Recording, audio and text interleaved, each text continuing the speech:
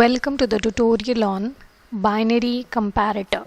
A binary magnitude comparator is a logic circuit that provides the output information indicating the relative magnitude of two input operands. So basically, three output conditions will exist as a result of comparison of the two operands. They are A equal to B, A greater than B, and A less than B. So here we are presenting a block diagram wherein you can see an n-bit comparator having two input operands A and B. The comparison of A and B will yield three possible conditions at the output: A greater than B, A equal to B, and A less than B. So let us look into the first comparator, that is the 1-bit comparator. So here is the block diagram wherein I have considered n to be equal to 1 to make it a 1-bit comparator.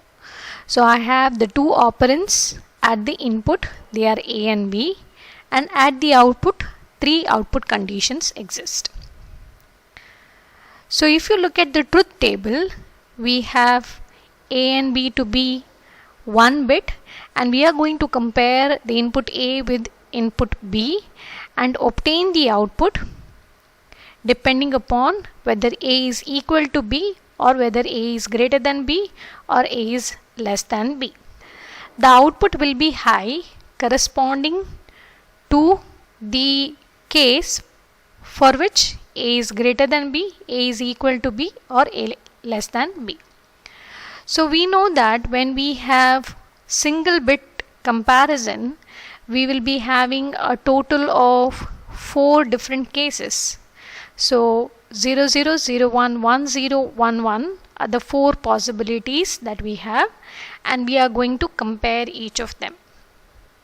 So if you observe, for the case of input operands A equal to 0 and B equal to 0, we have A equal to B, that is output is high. For 0, 1 we have A less than B. For 1, 0 A greater than B. For 1, 1 A equal to B. So the expression for A equal to B can be represented in terms of the inputs as A bar, B bar plus AB, which is equal to A XNOR with B. So the same thing has been highlighted in the yellow color here. Moving on to the next one, for A greater than B, we have the input combination A B bar, so that has been highlighted in blue color. The last case, which is indicated in the green, we have the expression to be A bar B. So using these expressions for the output conditions, we can draw the logic diagram in this particular form, wherein we will require the NOT gate to perform the complement, the AND gate to perform the product operation, and this can be represented in terms of an XNOR gate. So I have represented this in terms of an XNOR gate here. And you can see for the case of A greater than B, you have a NOT gate and an AND gate. So in a similar manner, let us proceed for a case of 2-bit comparator. In the 2-bit comparator, again we will be having two operands A and B, but since it is 2-bit comparison, I can represent the operand A as A1 A0, operand B as B1 B0, but the outputs will have three conditions: greater than, equal to, and less than.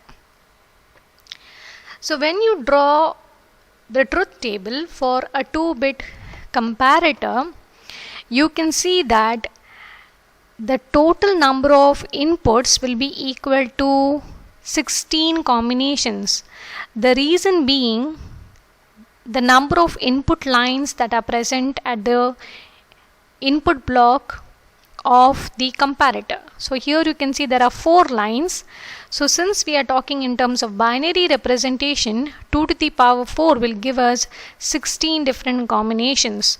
So starting with A1, A0, B1, B0 to be equal to 0, 0, 0, 0 to 1, 1, 1, we obtain 16 combinations.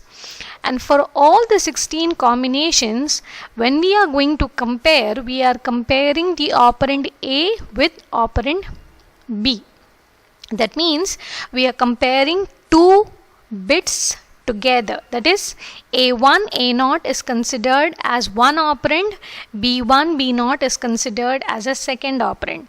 So 0, 0 will correspond to decimal 0, 0, 1 corresponds to decimal 1, 1, 0 decimal 2 and 1, 1 decimal 3.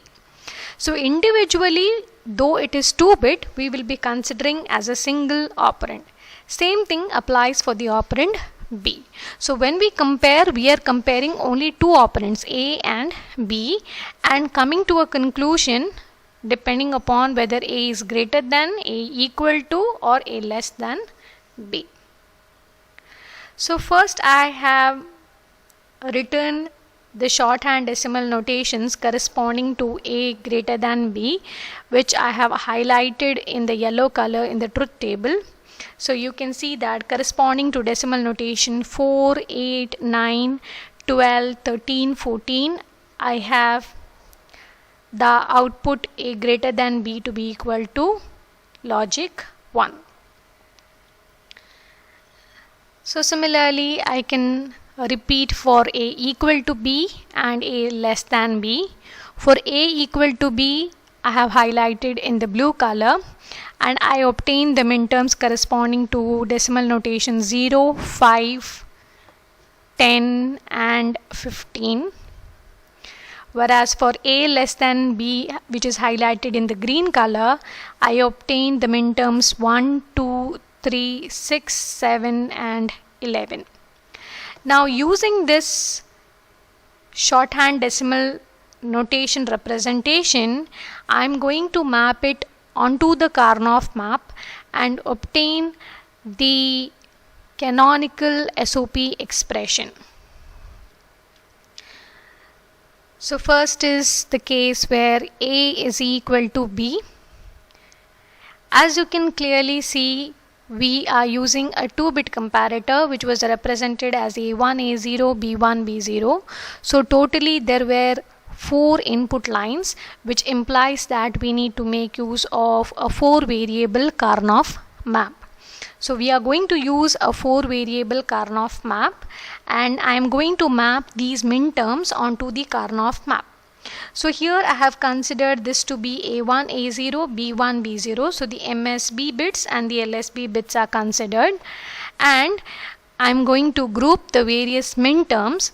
In this particular case, I can group only single minterm and I obtain the expression for A equal to B as A1 bar, A0 bar, B1 bar, B0 bar plus A1 bar, A0, B1 bar, B0 plus A1, A0, B1, B0 plus A1, A0 bar, B1, B0 bar.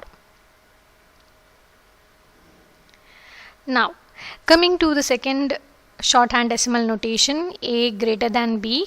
Again, I am going to use the 4-variable Karnaugh map. I am going to map these minterms and here I am going to group the minterms in 3 groups. As you can clearly see, we have a group 1 consisting of 4 minterms, another group consisting of 2 minterms and the third group consisting of 2 minterms. So the simplified canonical SOP expression for A greater than B will be A1 B1 bar plus A0 B1 bar B0 plus A1 A0 B0 bar. For the last case, A less than B, again in this case I can group in 3 groups.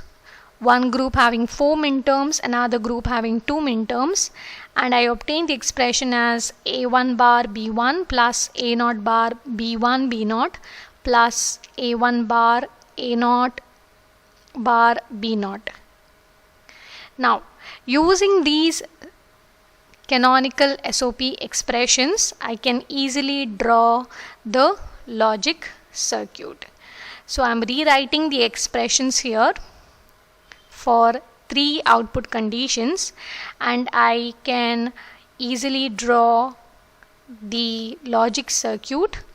In this particular case, if you can clearly observe, for A greater than B and for A less than B, we have used AND gates, OR gate, and we have used a complement wherever necessary.